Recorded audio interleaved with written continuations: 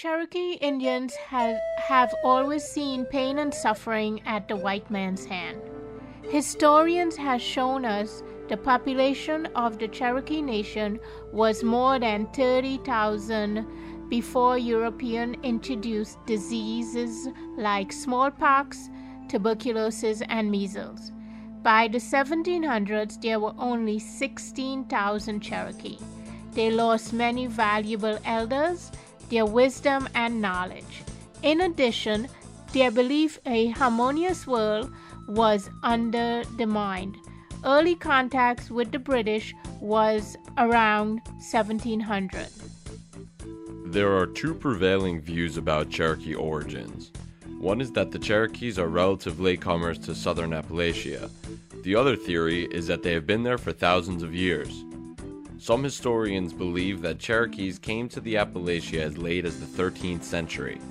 The other possibility is that the Cherokee people have lived in eastern North Carolina and western Tennessee for a far longer period of time. The first Anglo-Cherokee contact was in 1654. English settlers in Virginia fought the Powhatan Confederacy, and 600 Cherokees settled in abandoned Powhatan lands in Virginia. The English colonists and Cherokees fought, with the Cherokees emerging victorious, but eventually moving away. The events of early trading contact was mainly deerskins, raw material for the booming European leather industry in exchange for European technology trade goods, such as iron and steel, tools, kettles, knives, firearms, gunpowder, and ammunition. A small-scale trading system was established with Virginia in the late 17th century. In the 1690s, the Cherokee had founded a much stronger and important trade relationship with the colony of South Carolina based in Charlestown. By the 18th century, this overshadowed the Virginia relationship. The Cherokee War, or the war with those in red coats, or war with the English, known as the Cherokee Uprising or the Cherokee Rebellion, was a conflict between the British forces in North America and Cherokee Indians during the French and Indian War.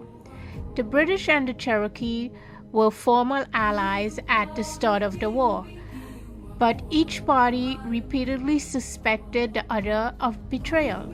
Tension between English American settlers and the Cherokee increased during the 1750s. Upon hearing reports that the French were planning to build forts in Cherokee territory, the British raced to build forts of their own, completing Fort Prince George and Fort Lundrum. In this year, the Cherokee gave their assistance to the British and French-Indian War. However, serious misunderstanding between the two allies rose quickly. In 1760, the Cherokee besieged both forts, eventually capturing Fort Lundrum. During the French and Indian War, the British colony of South Carolina established Fort Loudon to protect them from the French activities in the Mississippi Valley. Nearby were the Cherokee towns of Tanasi and Tuskegee. The Overhill Cherokee Nation aligned with the British garrison in a fight against the French. The desire to protect the trade with South Carolina was their motivation. During the next 4 years, the relationship between the Cherokee and South Carolina deteriorated. Fighting erupted between the Cherokee and the British in 1759. The Cherokee laid siege to the fort in late 1759. On August 6, 1760, Paul Demire surrendered the fort to the Cherokee chief Oconostota. The British retaliated by destroying 15 Cherokee communities in 1761, and peace treaties ending hostility were signed by the end of the year. The Treaty of Hopewell is any of 3 different treaties signed at Hopewell between the Confederate Congress of the United States of America and the Cherokee Nation. On November 28, 1785, the Treaty of Hopewell was signed between the United States Representative Benjamin Hawkins and the Cherokee Indians. The treaty laid out a western boundary for white settlers. The treaty gave rise to a Cherokee phase of taking leaves, since they claimed that when the treaties no longer suit the Americans, they would blow away like taking leaves. In 1838 and 1839, as part of Andrew Jackson's Indian removal policy, the Cherokee Nation was forced to give up its lands east of the Mississippi River and to migrate to an area in present-day Oklahoma. The first major piece of legislation that he recommended and got passed was the Indian Removal Act of 1830. This act empowered Jackson to forcibly evict all the Indian tribes living east of the Mississippi River. The Cherokee people call this journey the Trail of Tears because of all of its devastating effects. The Trail of Tears was a forced removal of at least 20,000 Cherokee Indians. The exact number of Cherokees is not known. In 1838, the U.S. government moved them from their homelands in the mountain valleys of Appalachian, Georgia, and the Carolinas to Western Indian Territory in present-day Oklahoma.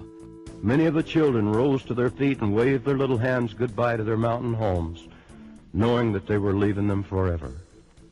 Many of these helpless people did not have blankets, and many of them had been driven from home barefooted. Cherokee called this trail Nuna da Ultusan Yi, meaning the place where they cried. Traveling through bad weather and without proper clothing, at least 4,000 Cherokee died on the trail.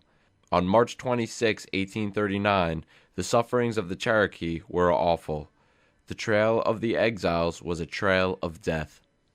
We have been made to drink of the bitter cup of humiliation, treated like dogs, our lives, our liberties, the sport of the white man, our country and the graves of our fathers torn from us in cruel succession until we find ourselves fugitives, vagrants, and strangers in our own country.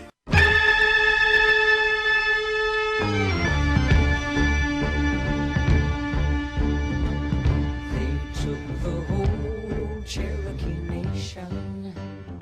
Throughout the years, the Cherokees have fought to maintain much of their original cultural identity. To increase public awareness of their heritage, many of them have advocated the designation of the Trail of Tears as a historic trail. As of today, we see the Cherokee Nation as a republic of the Cherokee Indian that is recognized through 22 treaties since 1721 by the United States and foreign governments.